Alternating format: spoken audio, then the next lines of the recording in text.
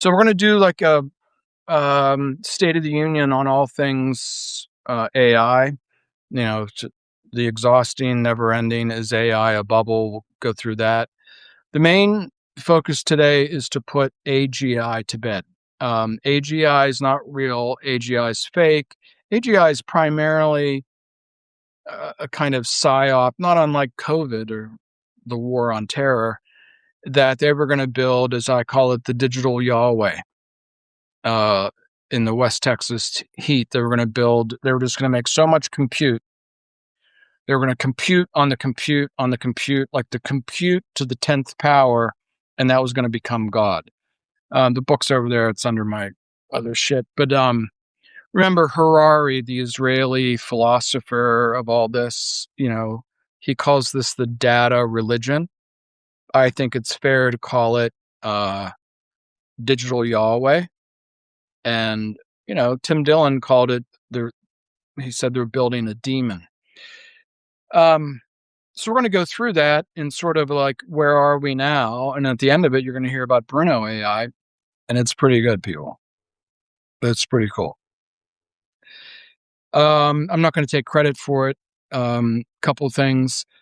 There was this structure, architecture put together at USC by the guy who runs the Amazon USC machine learning, what do they call it? School. Really, if you want to be more disciplined in all this, we should all just call this machine learning, because if you take compute, like in the broad sense, and you say, okay, I'm going to raise tilapia and cherry tomatoes hydroponically in these 20 buildings. Machine learning is brilliant at that. It monitors the nitrogen level in the water and the growth of the tomatoes and all that, and the data like much faster than you and I could. Now, humans sort of work like that intuitively, right? We used to have a consultant come from Ohio State to help us pick rams. What do you mean pick ram? Because the ram that you pick is going to become the flock down the road, because he provides the genetics. And he would just like walk. It's weird. It was like he would just walk in the barn and just look around like this. And what he was doing is sort of like an AI thing. He was just letting his eyeballs pick up on little things, like, if you know something about livestock or like dogs or something, like if they don't hold their head up like this, if they're like this, there's something off about them. They're not eating properly. They have a bug, they have worms, they have something. Anyways, he would just walk in and like look around. And I remember one time he just like walked in the pen and he's like, that lamb has pneumonia. And I looked and you could see its breathing was labored, so to speak. Anyways, this is sort of what AGI is, right? Sam Altman and these people sold us, and Trump and the $22 trillion, all the stuff that I've talked about on here. And then at the same time, I was hearing people that I've referred to on TikTok, Substack, and other places, and they're like, "No, you're gonna run AI like on your laptop." And I was like, "There's something wrong here." So we're putting AGI to bed. In the stock market, you can see some really historical stuff going on. I would call your attention to South Korea. SK Hynix and Samsung. Samsung's a household word. It's sort of the General Electric now that Jack Welch destroyed General Electric and Samsung took its place. And SK Hynix, remember SK Hynix actually builds the chips for NVIDIA. NVIDIA doesn't have a fabrication installation. So it goes through SK Hynix, and then SK Hynix does that primarily in Taiwan. So those two stocks, these are, okay, your book here, I was like, people really like it when I mention books. Right now, like if you look at the Korean market, I think SK Hynix went up 300% like in 2 months or something crazy like that. A lot like JDS Uniphase back in the .com thing. And then fell 15% in 10 minutes. And like this kind of extreme activity in the stock market is probabilistically not supposed to happen. It's supposed to be impossible that all these minds watching the same data have such extreme things. So there's a book called The Misbehavior of Markets, and it takes the other side of the argument and says, no. When these things happen, it's when the real information's coming out. You follow me? So you have like a banality of evil kind of a thing, making the stock go up like month after month after month until it goes vertical. And you're like, you go, WTF? Is this thing going to go infinite? And then it comes down. And literally the math behind it is like when you were a kid making drippy sandcastles, and you never know really how high it's going to go, and then it falls. It's called fractal mathematics. So that's happening there. OpenAI is losing market share primarily to Google Gemini. Thumbs up to super intelligent AI, and I reported on that I think about a year ago. And I just said OpenAI is toast, and on Substack, Super Intelligence just gave me like within 90 seconds, he said, yep. So the AGI thing is over. OpenAI,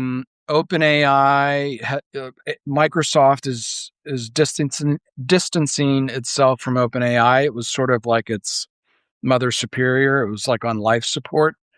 There is like a little bit of a rumor floating around that Sam Altman, you remember Sam Altman was pushed out of the company because he was lying to the board. Okay. And they brought him back in, but he doesn't have any equity. So that whole thing is just squeals fraud and lies and conspiracy everywhere you look at it. Okay. And it's losing for that reason, because just saying AGI, digital Yahweh over and over again, it's not getting the job done. And Google Gemini, of course, is trained on all of Google's information, and Google is the internet. So they've won. So like the casual, like, make me a plan to grow, I don't know, potatoes in my backyard or something, like, and sell them, and whatever goofy thing you can come up with. Probably Google Gemini is the chatbot. Okay. ChatGPT, which of course is OpenAI's thing, was the explosive. I think it was like the fastest adopted technology of all time. Faster than blockchain, faster than the internet, faster than AOL, faster than everything.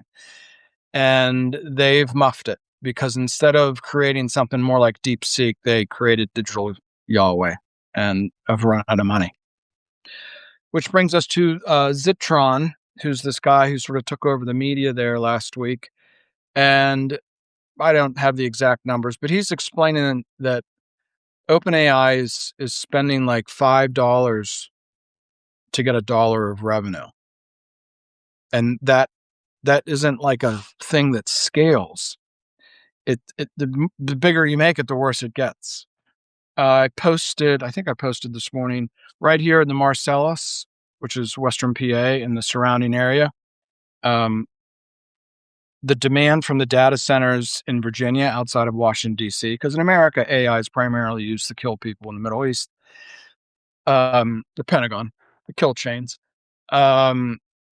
We need like 3 nuclear reactors, or we're going to run out of energy here in the Marcellus. Like this is the second biggest gas field in the world, other than the Pars. That's the one that Trump is blowing up with Iran. And instead of, it's a relatively poor area, right? The Appalachians, West Virginia, Western PA, the old industrial parts of Pittsburgh, the Mon Valley, and all that.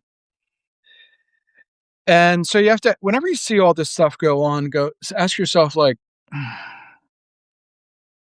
who benefits?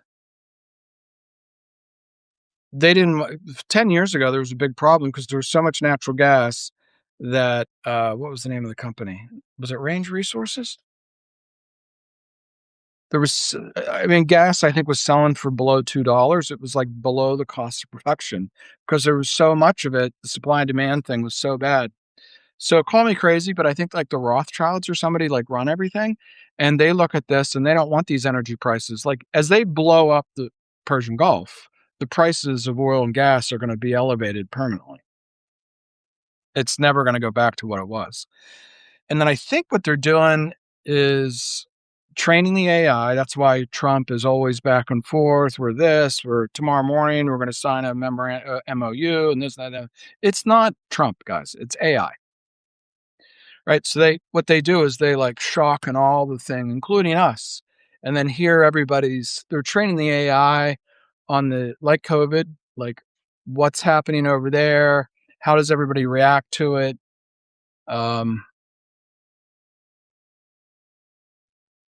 Okay. That's my dad in the hospital. He's going to come home a little bit later. Um, uh, they're training the AI on that. They're training the AI on the politics. They're training the AI on how people like me respond to it. How many of you like take my stuff and send it around? Like AI is all over this, just like COVID. But the energy complex is being changed as they make the Straits of Hormuz sort of a permanent problem. There'll be a big geopolitical effort to take all that oil and gas and run it up through pipelines, up through Al Qaeda controlled Syria and into Turkey and Europe. This isn't that hard, people. It's not that hard. Okay. If my thesis is correct that there's like some sort of Mrs. Rothschild thing going on, conspiracy, they would not allow the natural gas to be sold at cost, right? Because we don't live in a democracy and we don't live in capitalism. They're not going to like Tom Rich, who's a very, very popular governor here in Pennsylvania, is from Erie. He left the Marcellus Foundation because he's a very moderate Republican, as most things that happen in Pennsylvania are very moderate, or the Keystone State and all that stuff. And they wanted to put I think it was a 4% tax at the wellhead, like a rounding error. Like it's the biggest field in the fucking world. And Pennsylvania wants a little bit of money for all the fucking trucks destroying all the roads around here, right? And they went nuts. All the petroleum people, oh, no, we can't, it's socialism, terrible. He left. He said, fuck you guys. You guys are like, and this was when he was out of politics, right? So just a little bit but the Marcellus, the Permian, the Bakken, this is where the action is, people. The energy is where the action is, which is the other thing that has put Yahweh digital Yahweh in West Texas to bed. Because even where there's enormous amounts of energy, there's not enough energy. Texas, Pennsylvania, Virginia, the grid is they're like literally in the next, just real quick, let me go through this. So the way they do this is they have a 1 in 100 year or 1 in 10 year event that they try to have enough electricity for. When the electricity, like when it gets real hot here, which is unusual to be like in the 90s. So what they do is they spool up natural gas. They're like jet engines with generators on them. Okay, so they can like just flood those and they can like turn on just like when you're sitting in a jet, right? So that's what holds the thing together when they need more and more and more electricity. Problem is that electricity is like 100 times more expensive than the stuff that comes from the giant power plants. So then they cap that and say, even if we need more electricity, you're not getting paid anymore. Okay, it's regulated. And then they look to see, what does this mean longer term? And literally in the next 5 years, we could have, if we had a big burst of like this heat dome thing, the power could go out in Pennsylvania with enormous resources, natural gas. We have fucking coal everywhere. Like even the old stuff is still here. And anyways, so that's the other reason AGI didn't work. That's the other reason OpenAI is sort of dying. It just doesn't have anything really that special. It's being massively wiped out by the Chinese open source. Whenever you don't know what else to say about this, just keep saying to yourself open source. So, like, the theme today is it's Mrs. Rothschild versus open source. And at the end of this video, we seem to have stumbled into like the cutting edge, like almost by accident. Like, I'm not a tech guy, right? I don't read code. I don't ever want to read code. But a year ago, you guys know that if you followed me for a while, I went to Caltech and they're like, yeah, blockchain is the ledger. That's the data. That's the database, and agentic AI is going to be the user interface. Well, guess what, girlfriend? We just built it. Our friend in Tennessee, Camille, just built it. Like, just built it. It's going to be released this week. So all this negativity I'm saying about AGI, which, I like to do these weird things on the weekends, and like it did have like a metaphysical, almost theological spin to it. I mean, Harari calls it the data religion. And my counterpoint to that is like John and Paul didn't write the Beatles 300 songs in 8 years based on data, right? There's a completely misunderstanding of intelligence and creativity. And just to get back to the narratives, like when we say technology, it's now become a cliche. We just mean information technology. We don't mean like the new hybrid energy or hybrid engines that Yamaha is building. Nobody sits around and talks about that, although I find that much more interesting than information technology. Everything is information technology. Since the power of the internet and these phones and everything, we think everything is going to be done by moving more information around, by more and more and more compute. And that's sort of correct on the machine learning side, but incorrect on intelligence, creativity. And as Zitron told us, like these giant models, the LLMs like OpenAI, the bigger they get and the bigger the task, the more they hallucinate.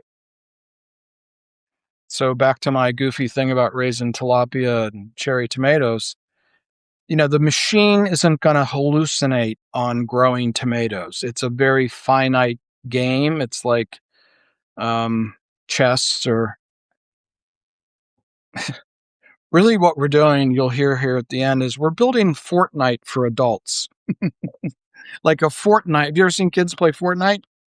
That's what we're building. All right. I'm going to zip through some of the nice things that Manus brought me this morning. And I'll put this up for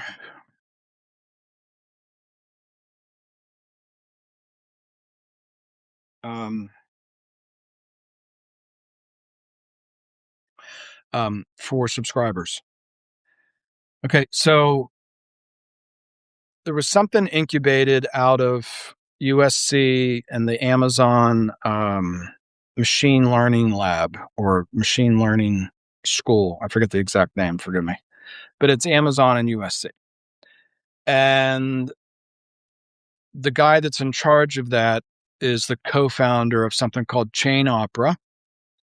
And that's a decentralized open source architecture, which is perfect for people like us who want to build things but don't really know how to build things. And they made this distributed system so that folks like us could get on and start training agents to do what we want to do, not their hallucinations in the West Texas desert, if you get the joke. Okay, so I asked Manus, what LLMs, what large language models, all these, they're now household, Claude and all these names, does Chainopera work with? Okay, based on Chainopera's official developer documentation, the platform provides a unified model API that gives agents access to a wide variety of LLMs. Okay, let's just stop there. What we've built is something that's free. I almost went into my Trump thing, but I'm not going to do that. Unbelievable. It will allow us lay people to move into this system for free and automatically work with all the LLMs. And the thing is optimizing who's giving us the best answers. Manus does a little bit of this too. So every time you hear somebody say AI, in your brain just go, there's AGI and then there's agentic AI. This one's dying and it's being taken over by this. The system that we've just built by a nice woman in Tennessee named Camille is based on this open source API. Do you know what an API is?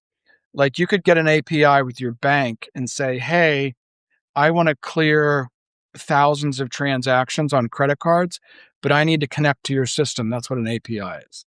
So here's an open source API for people like us who, if you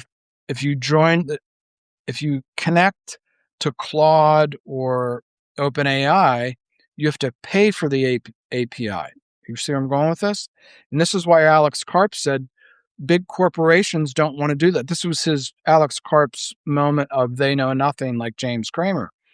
Corporations do not want to connect let's take, I don't know, Nike or something.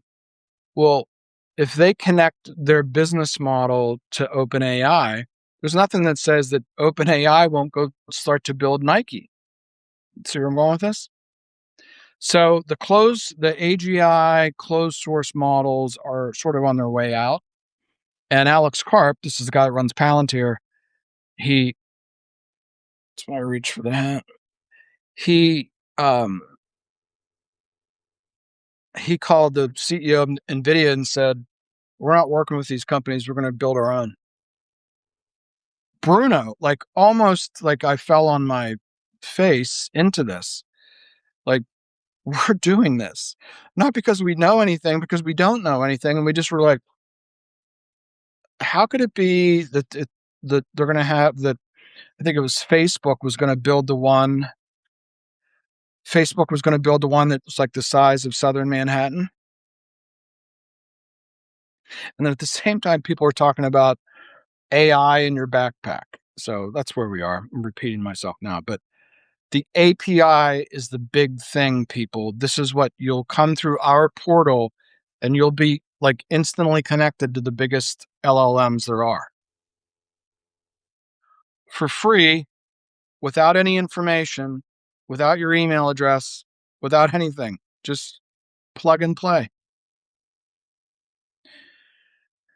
Okay. A few key points about Chain Opera's LLM support. Unified access. Developers register once and use a single API key to access all supported models, eliminating the need to manage separate accounts or keys across providers.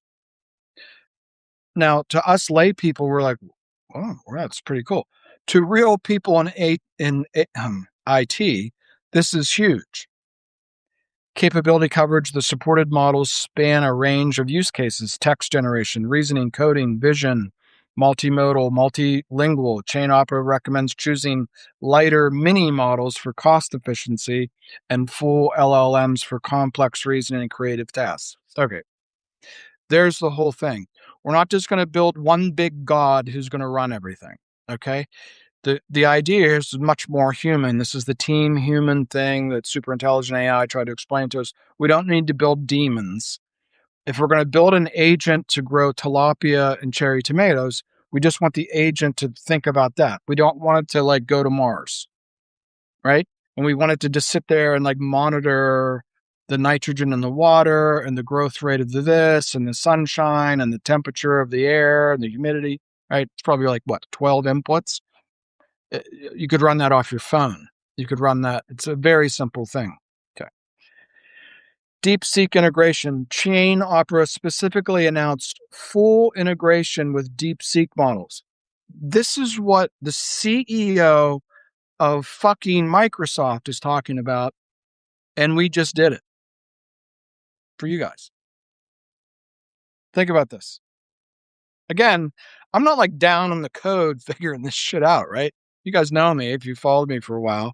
Like, I'm just like floating around the narratives and how's this going to work? And we're going to build a computer the size of Manhattan. Okay, I'm just a little skeptical. Chain Opera specifically announced full integration with DeepSeek models, including DeepSeek R1, DeepSeek Janus Pro, highlighting these as high-performance inference options. Expanding catalog. Chain Opera's roadmap also mentions training its own dedicated LLMs and multimodal models focused on fintech and crypto use cases. I didn't prompt that. That that pulled that out of the information. Why? Because growing tilapia and or managing your inventory in the warehouse or something like that is so simple for AI. It's like asking it to solve a Rubik's cube. It's like whatever, like there's your cube.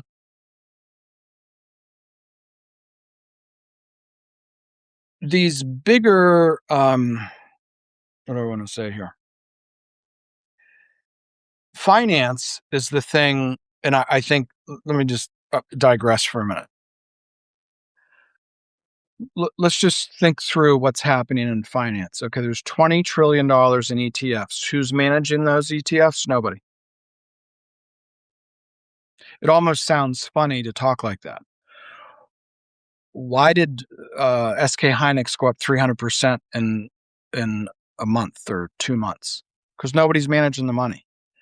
In other words, they've actually built like a bad machine learning. Just hear me out on this because I got this pretty well nailed down for you. They've created sort of an inference, sort of a feedback loop between the machine, meaning the trading platforms, the ETFs, those indexes are all automatic, right? There's not a person like dropping like money in this bucket and that bucket, right? The money just comes in the thing that goes and it just populates the index. So then what they made is these 2 times ETFs that ramp up. Let's do SK Hynix. So SK Hynix was going up 300%. Then they make an ETF that is levered like a hedge fund, which is 2 times. Sort of like you can buy whiskey at 80 proof, or you can buy whiskey at 140 proof, which will kill you. So like then it went, hold on, it gets better. Then the options started to follow the 2 times levered ETF on top of the three. So the graph that went like this made a graph that got this is like you made a graph that goes like this. So there you have like a machine learning thing that's gone off the rails.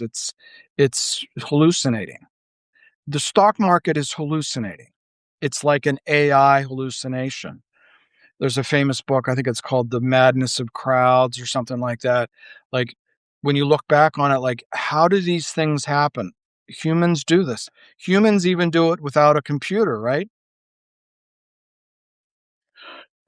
Like think about it. Like if you walked into a giant um, firm on Wall Street, I can't reveal sources, but one of the giant firms on Wall Street, the day that SpaceX went public, nobody internal to the company was allowed to say anything to anybody, internal or external, about it. Well, no one was allowed to talk about it. Nope. Can't say anything. Nobody can say anything at the water cooler, at the bar, nothing. We've built like bad agentic systems in finance, running trillions of dollars in a completely insane way. AI doesn't know what the dot-com bubble was. It can read the language around it, but it can't really get the um it doesn't have deep memory. Why do we all sit around and listen to Warren Buffett? Because he gives you like these deep memory stories, right?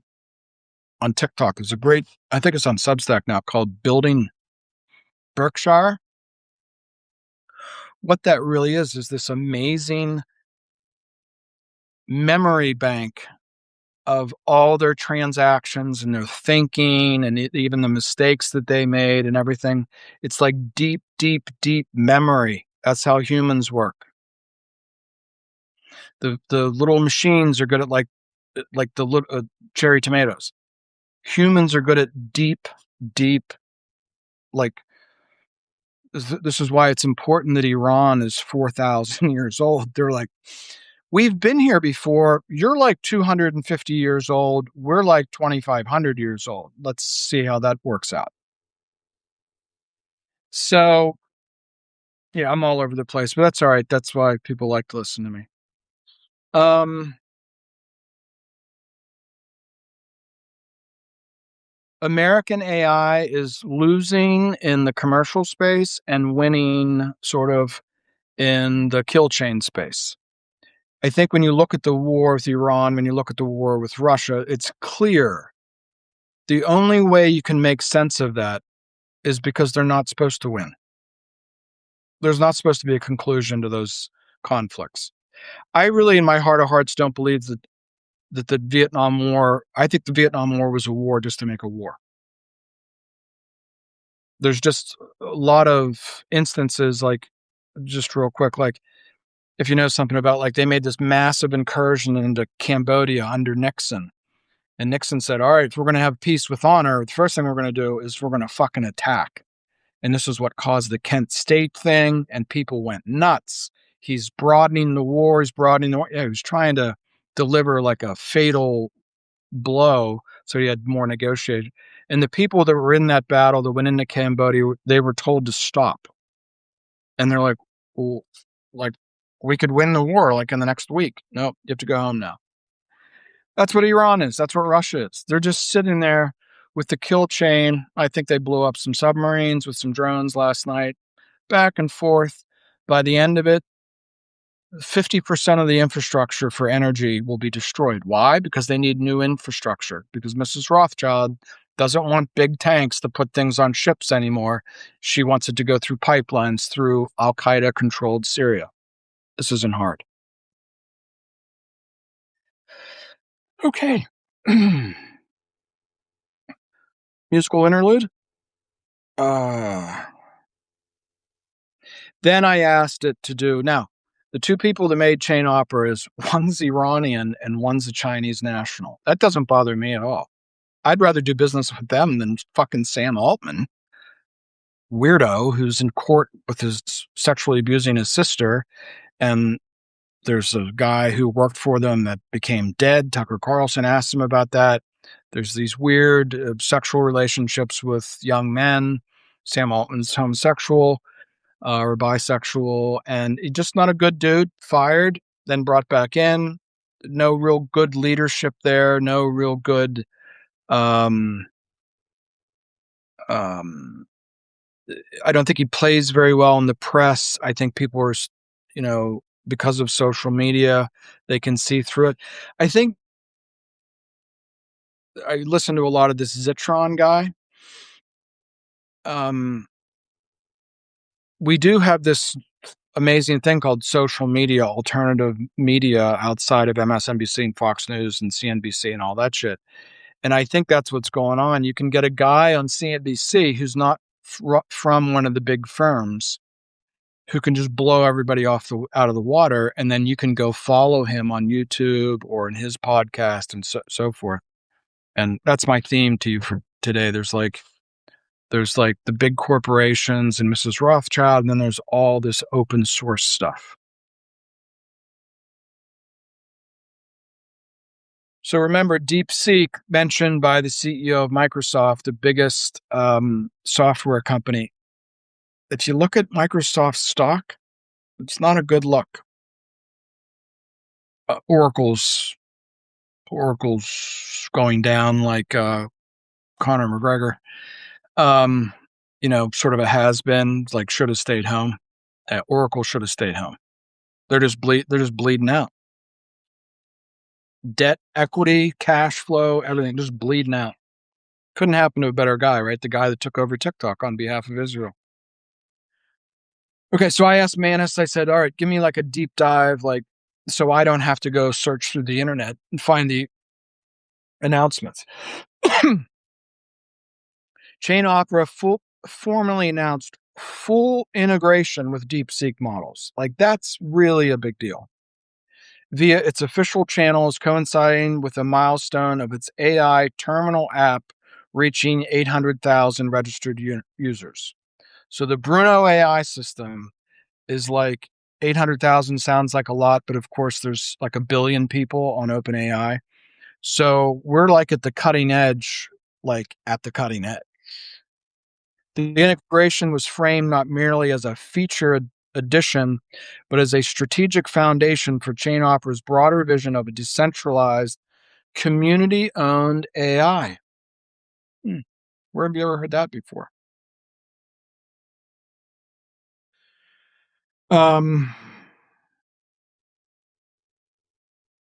So it has DeepSeek R1, which is a large language model, which is for reasoning, coding, and instruction following. And then DeepSeek Janus Pro, which is a multimodal model, which is for vision understanding and image generation. Let's get back to, I think we should do that right now. So as we build this thing out, what you're finding is there's like operations like monitoring the humidity of the tomatoes and shit like that. Okay. That's real simple stuff, right? But then there's another form of reasoning that would look at, okay, here's this project to grow tilapia and tomatoes, and it would understand it from another level, is the right word to say. It would like understand what it has to understand. Like when I get into this thing, it would very quickly run and find like all the research from like the universities and something like this. And then it would say, all right, there's these 22 variables that we have to pay attention to. And then it would find language that says, like in sheep farming here, we have to really stay focused on things like parasites and so forth. So it would get in there and it would know all that. And then the whole point to all this, I'm not even going to tell you the name, but it's the name I've used for the last 4 or 5 years on here. We have to train like the Legion and we have to train the officers. This is the future of AI right here. You have to train, and the way to do that is to bring as many people down here as you can with just goofy things like, let's make balsamic vinegar with maple syrup recipes, or how do we deliver on that nationwide? And that's down here. And it'll just sit and go, okay, delivery systems, how do we distribute? The trucking costs this much. Does it need to be refrigerated? The packaging, blah, blah, blah. Right. And then up here it sits and goes, okay, this is a localized ag project that needs global distribution. See the difference? This is all free, people. This is all free. And it's going to come through our portal. Because we like you. Why DeepSeek specifically? Chain Opera's choice of DeepSeek is closely tied to its platform philosophy. DeepSeek's models are open source, which directly aligns with Chain Opera's goal of lowering barriers for community developers. The announcement explicitly stated that DeepSeek's open source models further lowers barriers for creating and iterating AI agents, accelerating innovation in the entire ecosystem. In practical terms, this means developers on Chain Opera's agent developer platform can build, fork, and fine-tune agents on top of DeepSeek without incurring the licensing costs of API locked-in associated and closed-source alternatives like Claude GPT, like GPT-4 and Claude. This is exactly what Alex Karp said on CNBC. He's such a spaz, it's hard to follow this. But he's basically saying the two big models, OpenAI and Anthropic, fucked up. They tried to do everything for everybody and are expensive, clunky, hallucinate, potentially stealing your trade secrets, your data, and so forth. DeepSeek R1 in particular is notable for its high-performance reasoning at a low cost, a key consideration for Chain Opera, which positions itself as a platform to developers who cannot afford the infrastructure and overhead of big tech AI. To include us, we don't need to go get venture capital to do this. All we need you to do is participate. There'll be a layer that's free. This little piggy went home. This little piggy had ham and beans. There'll be a layer that's free. There'll be a layer that's cheap. There'll be a layer that's like a intern where you help train and we pay you a little bit of money. There'll be like all these layers, like a military, like a hierarchy, like the Legion and then the Centurions kind of a thing. The Co-AI Alliance and Distributed Private Data Tuning. And this gets a little edgy. One of the most technically significant aspects of the integration goes beyond simply calling the DeepSeek AI. Stay with me, people. According to the announcement, Chainopera will work with the Co-AI Alliance to refine DeepSeek models through distributed private data tuning. This is a direct application of Chainopera's core technical heritage in federated learning. That was a previous brand. That's federated machine learning. Okay. Whenever you get lost in all this, just go, it's just compute. It's just machine learning. Developed through its predecessor platforms, Federated Machine Learning and Tensor Opera, which is where the name Chainopera came from. In practice, this means community members contribute private data to the network through Chainopera's type-to-earn incentive model, where users are rewarded for submitting text data and interactions. In other words, it wants you to go somewhere and say, build me a plan to raise tilapia and cherry tomatoes, and make it 40 pages, and then feed it into our system. Why? Because that operation is a lot like my friend, who I've never met, but we've become pretty good friends in the last year, who does a pretty good national branding of beef sticks and so forth. See how similar those are? Making the beef stick and making the cherry tomatoes isn't the hard part. Same with growing lambs. The hard part's the distribution. How do you brand? How do you deliver 24/7, 365, and all that shit? So the Chainopera thing has this built-in blockchain incentive. By operating the system, it drips a little bit of reward to you. This is pretty cool, people. Like, you should be going like, he's sort of talked about the same shit for 5 years. It just sort of has like different nuance. Yeah. The data is used to fine-tune and specialize DeepSeek models without centralizing the raw data, just like Alex Karp said.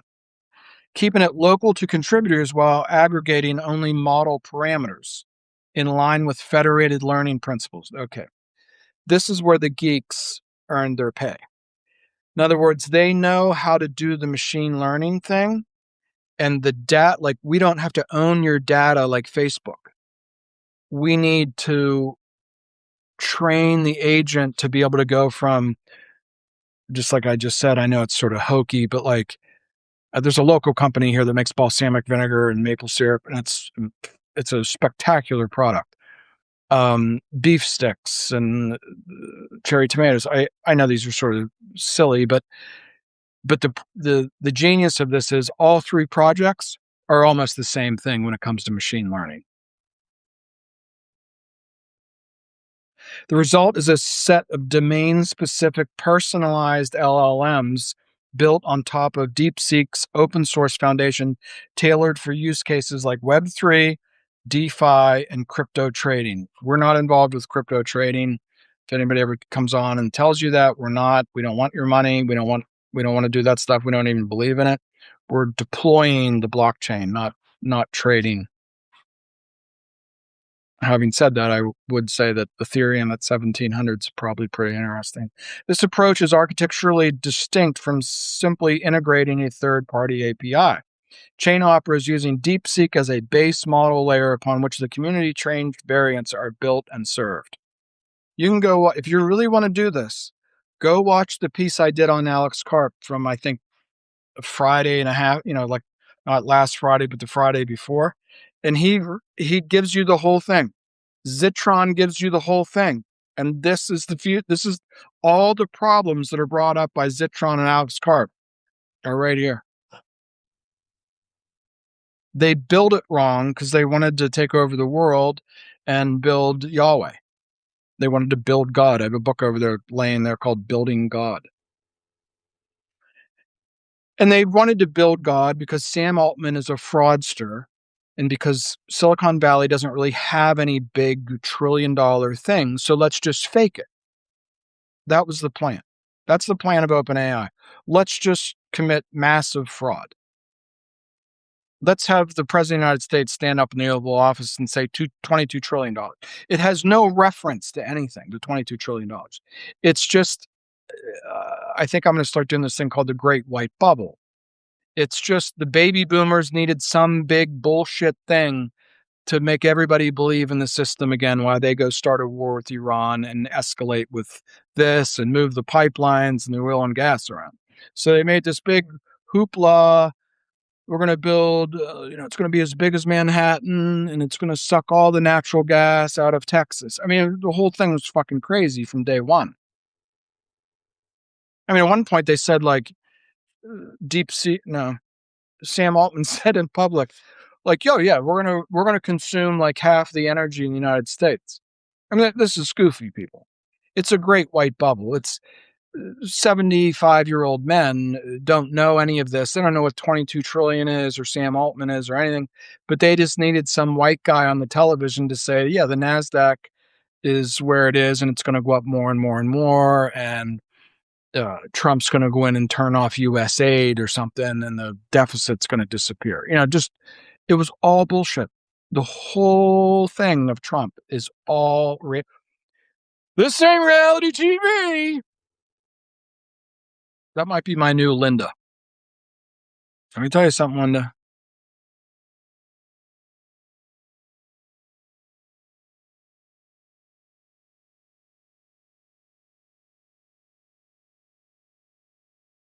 So here's the strategic significance. The DeepSeek integration sits at the intersection of two of Chain Opera's core roadmap objectives. First, it supports stage one of their roadmap, from compute to capital, which focuses on building a decentralized model and GPU infrastructure. Second, it advances stage three, from collaborative AI to crypto-native AI ecosystems. Don't hear the word crypto, hear the word blockchain, which explicitly calls for training dedicated LLMs for fintech and crypto applications with federated learning and decentralized training, with DeepSeek serving as the open source base for those custom models. In summary, Chain Opera's DeepSeek integration is multi-layered. It provides immediate access to high-performance, low-cost LLMs. That's what our thing will be. It'll be completely free. Won't ask for your email, your name, your serial number, social security, nothing. It'll just be a big portal. Please just keep feeding this. And then you're going to come in the next time and you're going to see something that looks a lot like Zillow.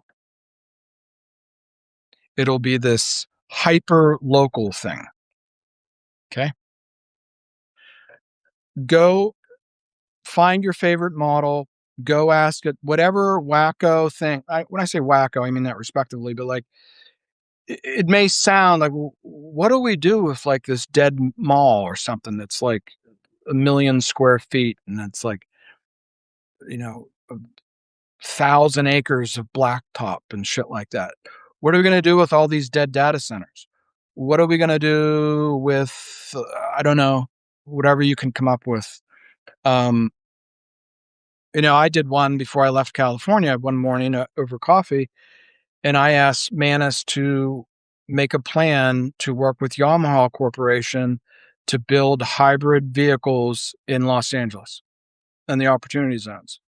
And it just goes, what a great idea. And like it just created the thing, like a 12-page, very detailed thing. So the idea is just build one of those and then upload it into our thing. Tilapia and tomatoes, hybrid cars. I think we're going to have to make cars on our own because BYD has so destroyed the big three. They can't.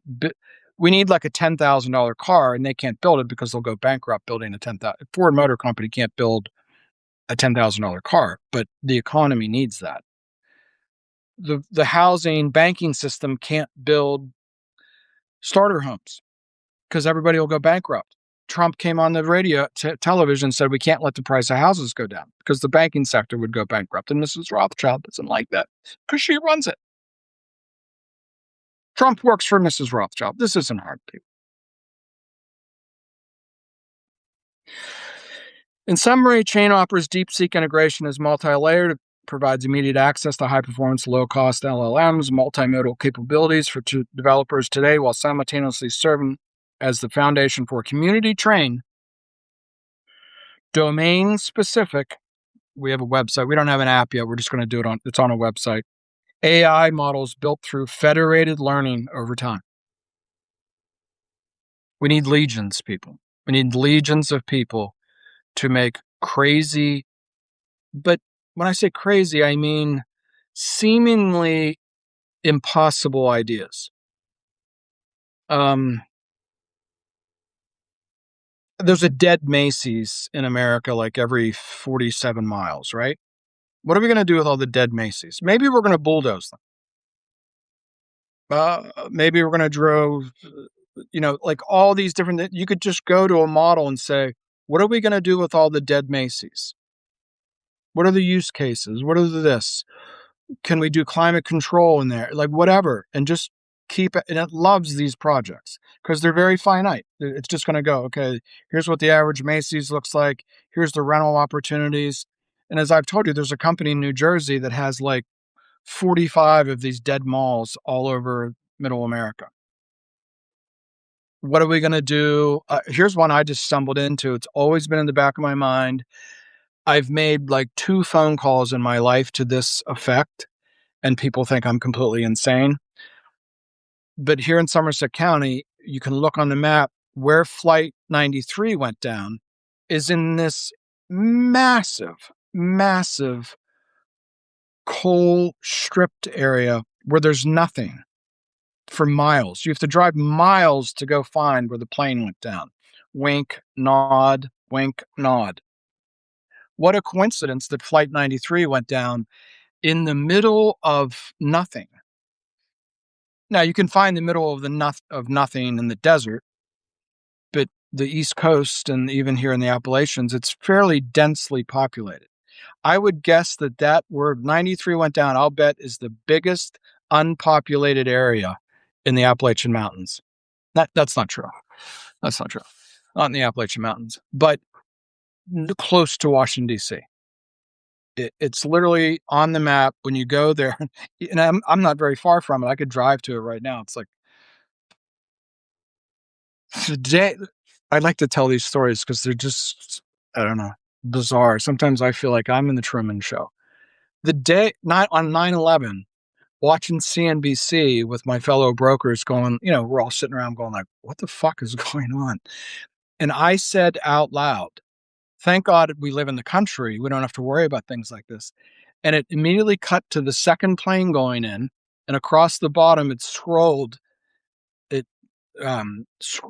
Mark Stahl arrives at the Flight 93. I went to school with Mark Stahl. Like he and his family had like a little oil company here. He had a little problem with putting white stuff up his nose, but let's all calm down. But like I'm sitting watching CNBC, I'm like, is this fucking real? And I went out the door and do you remember the weather on 9/11? Do you remember here on the East Coast the weather? It was a very, very, very, very unusual, bizarre, like high desert day, like unusual for a humid climate. It was like a perfectly clear zero. Is there a conspiracy in this? Yeah, I'm sort of dancing around it, but let's all calm down. But I remember stepping out and being like, wow. I mean, it wasn't really Indian summer. It was just, I don't think we've ever had a day like it since then in 25 years.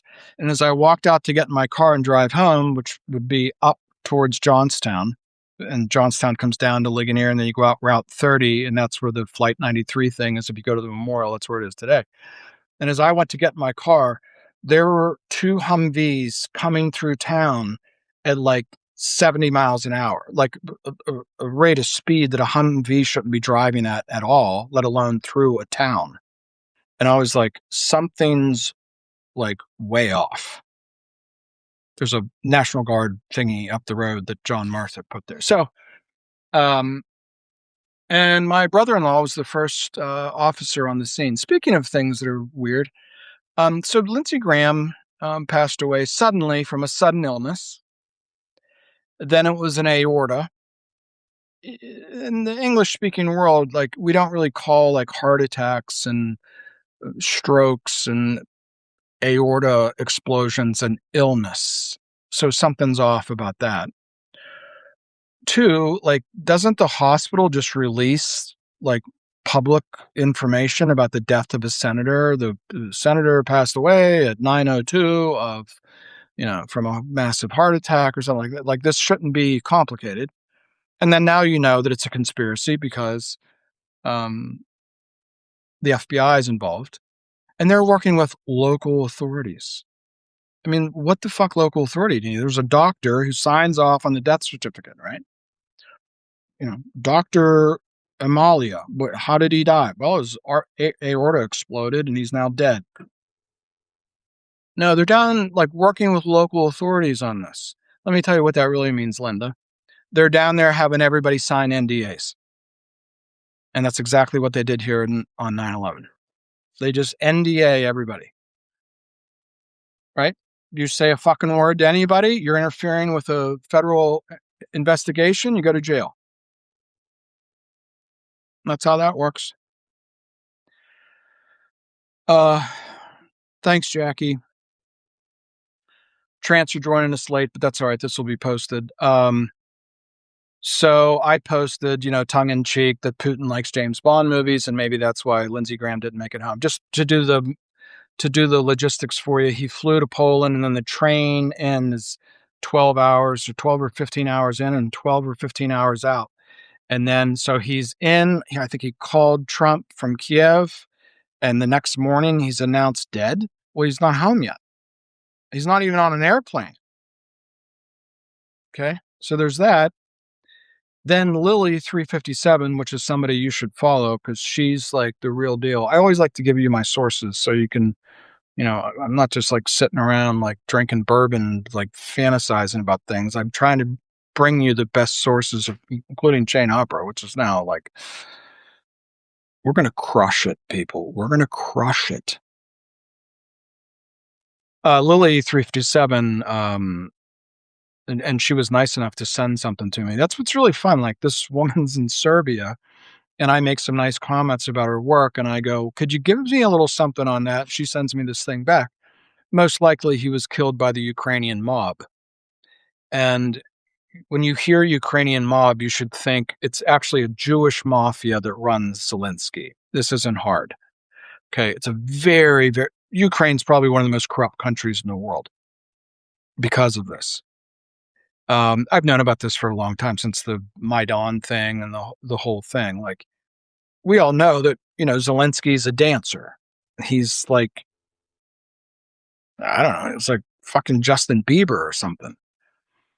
Like, how does this guy become the president? Well, there's certain people that want him to be the president. This is the Red Mafia. There's a book about that.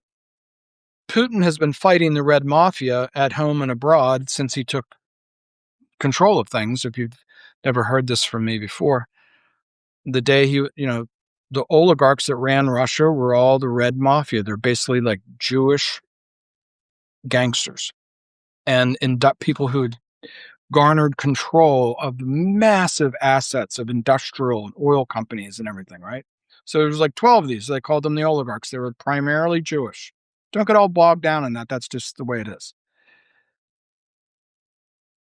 And they famously, the day he remember Putin when he was young, he was sort of like, as he grew older, he sort of started to look like Daniel Craig, but early on, he looked like a Boy Scout.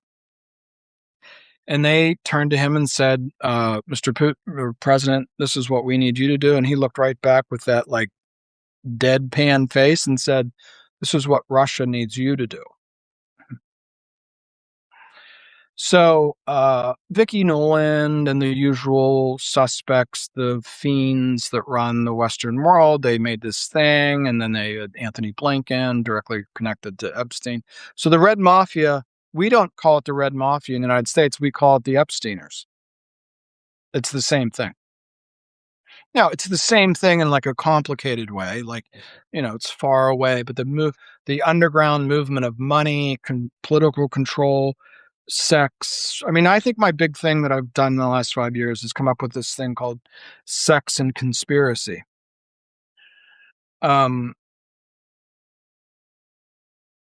if you're looking like Trump and America and Iran and Putin and Russia, that's not how the world works. It's just not. You're not going to understand anything. If you woke up this morning and heard that Trump attacked Iranian submarines, like Trump didn't do anything. Like he's a reality TV star. Quit torturing yourself. But every day you get up, Trump did this, Trump did that, Trump did this, Trump did that. No. Take the word Trump out and just put the word Palantir in. They're training the AI and all this stuff. So maybe I should finish with that. Yeah, we'd be right at an hour. That'd be nice. All the bad things about AI, the let's build God in the West Texas desert, that didn't work out too good. Let's build a data religion, that didn't work out too good. Let's spend $2 trillion on gaming chips that'll burn up in 3.5 years. That didn't work out so good. The finances of the NASDAQ have been pretty much obliterated other than Google and Apple.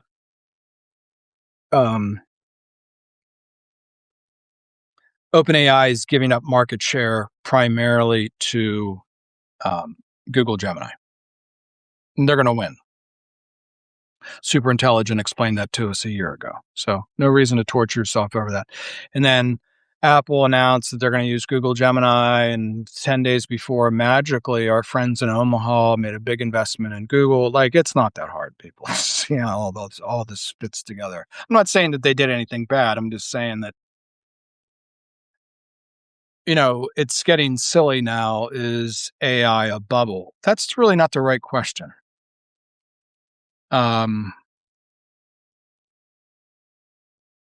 Digital Yahweh is not a real thing. AGI is not a real thing.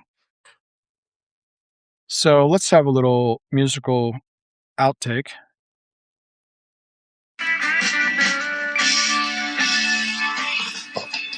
On TikTok, I used to spend a lot of time going through all this stuff, but I don't do it anymore, and I probably should. And you guys can always DM me, of course.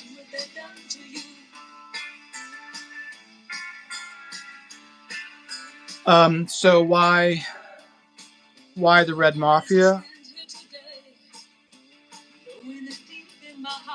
I'll get to you in a minute here. Sorry. Great vocal.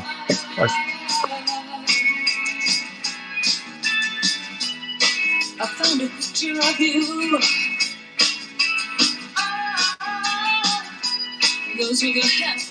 Hey, a lot of you guys have been on here for a long time, and if you want to be a partner, it's 10 grand. And if you don't want to be a partner, but you like what we do, you're going to see as this thing goes up, there's no reason why you shouldn't come on and be like, I've followed the Bruno story for a couple of years now, and I want to do everything I can.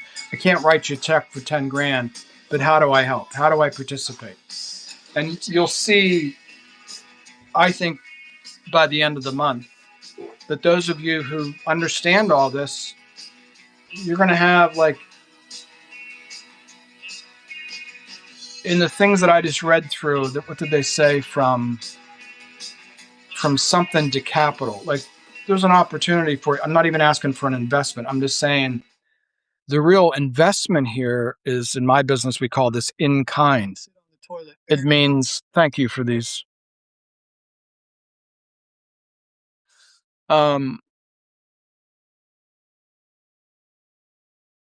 Think about this really hard. Like Ethereum. See, this is why I'm such an Ethereum freak, and other systems like it, because Ethereum was built out with people who weren't employees. What? People just started creating things and making dApps and eating NFTs, and a lot of it all looks like bullshit, but what they were doing is building the system. They were like building the beast, feeding the beast. and trying to get paid in ETH. That's how Chain Opera operates. It's really a blockchain system for AI. So again, go out and make your biggest wacko fantasy of what to do with all the dead malls and dead Macy's and I don't know. All the I think I started to talk about it here, but like there's tens of thousands of I went into the thing about 9/11, sorry. There's tens of thousands of acres of old strip land in Somerset County. Nobody knows what to do with it. But you could grow small ruminants on it. I mean, I could figure that out in no time. And there's a perfect example. Just jump on right now. If you want to just use my thing, just jump on and go. And of course, West Virginia is just like all this decimated, destroyed land from all these years of coal mining. It's so up and down hilly. There's no like farmland. But that's a perfect project. Like, how much land in West Virginia? Somerset's much easier because it's much more ag friendly in terms of the topography. But just say how much land is available and what should we do with it? And like have a cup of tea and then like just go, oh, can we grow cherry tomatoes? Can we, I don't know, build an airport? Like whatever, just sit it and fuck around with it because it loves to do these things as opposed to I'm not like I just read something about somebody who broke up with her boyfriend because she found his chat GPT and she said, he said, I've been dating this woman for 5 months and I'm not sure that I'm in love. And she broke up with him because she read the chat GPT thing.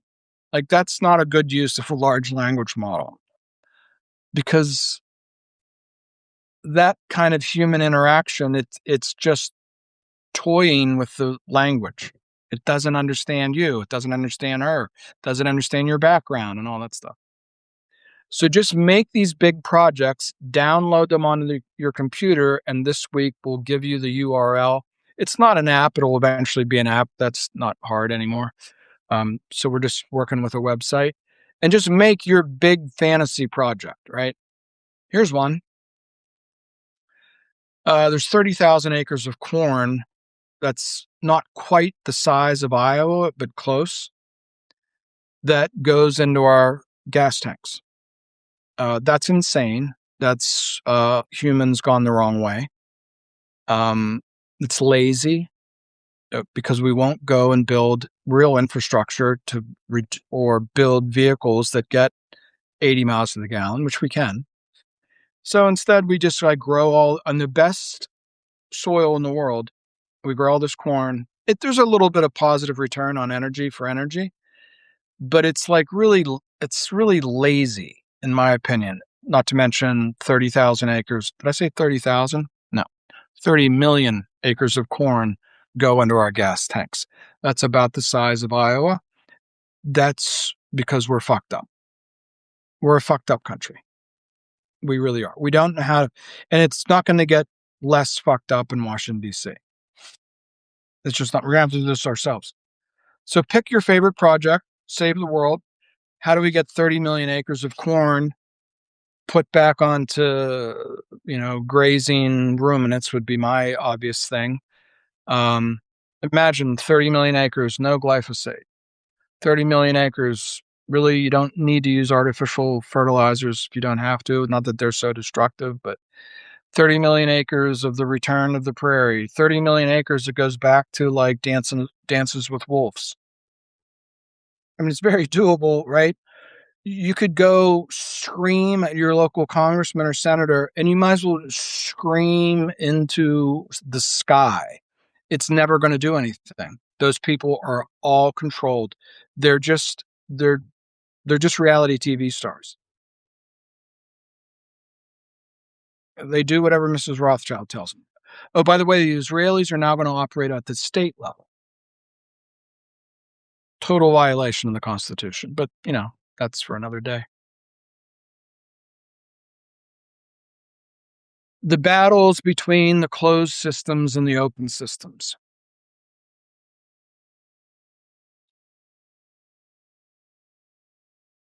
So let's get on it. Let's go.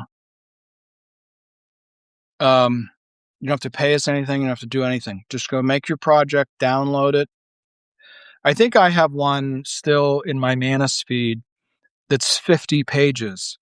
I just said, let's do a 50-50 partnership with BYD. I think that's illegal. I don't think they'll let them do that because they would crush our big three car makers. So there is a BYD battery facility in LA. It's actually a little bit north of LA, like in Pasadena area. But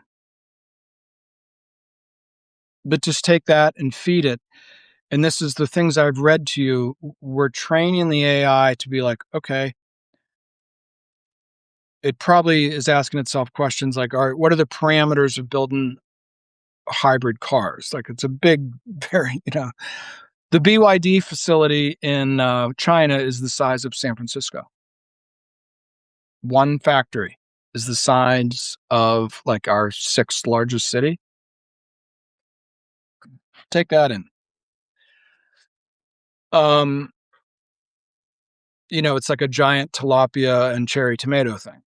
What are the ingredients? What are the biohazards? What is the layouts like to, like, do they have port access? Of course, in Los Angeles, it has one of the best ports in the world, right 5 miles away. And it'll just tear these things up. And that's what'll train. That's what Chain Opera is meant to train on. If you want to make better oatmeal cookies, just go to Google Gemini. You know what I mean? Sure, your casual chatbot thing, Google Gemini is going to own that. And by the end of the year, it's over. But this is happening. So, you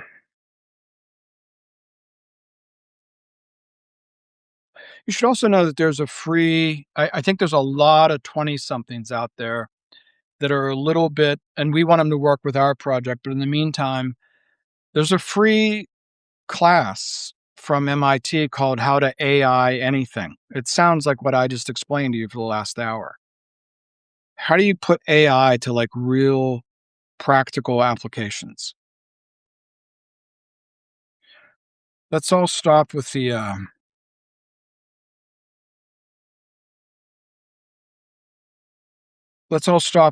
is AI a bubble thing. It's the wrong question.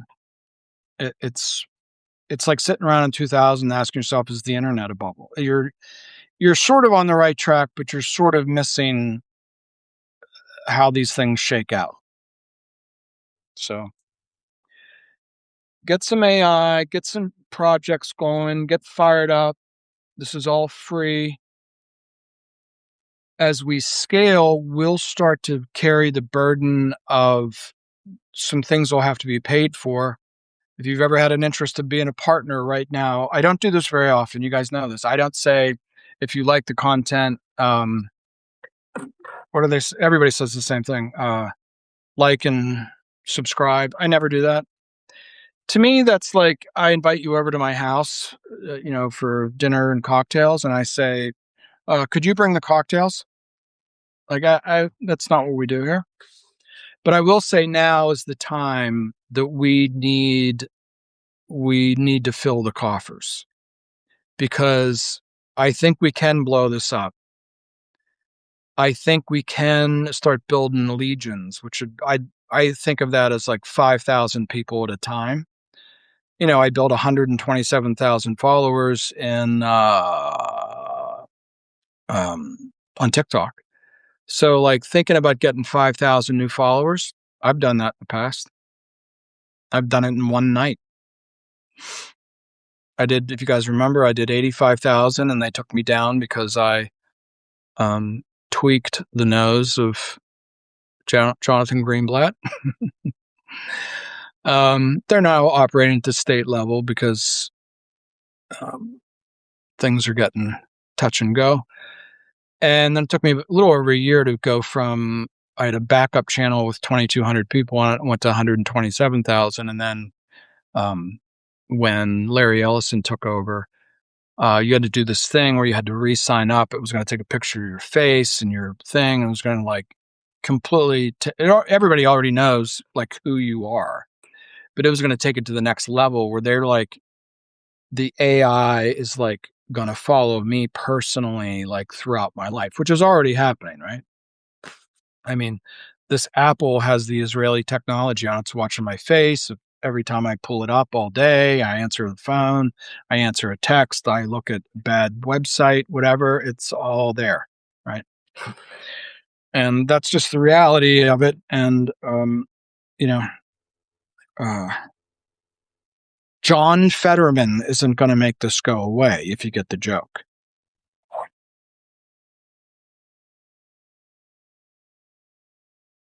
When we vote for these people, it's like saying, I don't know.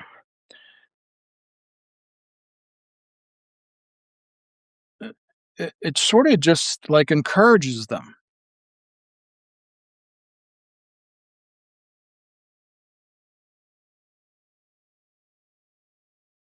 So the finances are now just, I've explained to you ad nauseum, that are just these ETFs.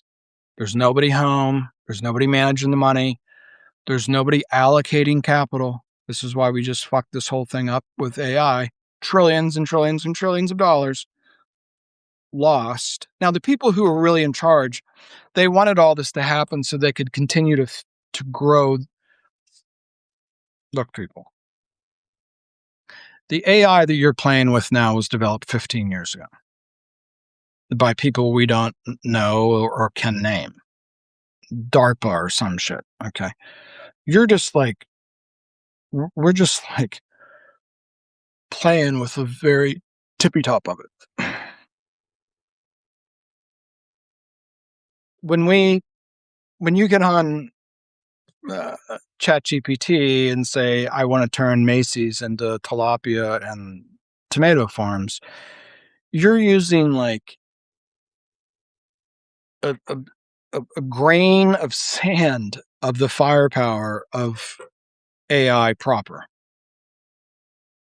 It's scary, dude. It's very, very scary. By the same time, so like the financial thing, there's really not a lot of, let's take young people. This is the fourth turning stuff. There's no reason for 27-year-olds to drip $25 a month into a mutual fund at 250 times GDP and 43% of the S&P 500 at 10 times revenue. There's no reason for them to do that. There's really no reason for them to get all worked up and go to like some sort of Antifa rally or some shit, like these sort of fake things where you go and you get all worked up, and all it is you're just parading yourself through all the surveillance of the FBI so they know who all the people are to go get with the ICE agents when it all goes bad. So there's like some sort of, so how would like you do something different would be to control your own capital. I don't mean just like your individual capital, but I mean if like you build a legion of capital. Why do they control the Washington D.C.? Because they have all the capital. So what do? We get up every morning and give them all our money. What do? We get up every morning and give them all our votes. There is no opposition to what's going on. We're just following different pathways into the same beast. It's time to make new pathways. Have a nice week.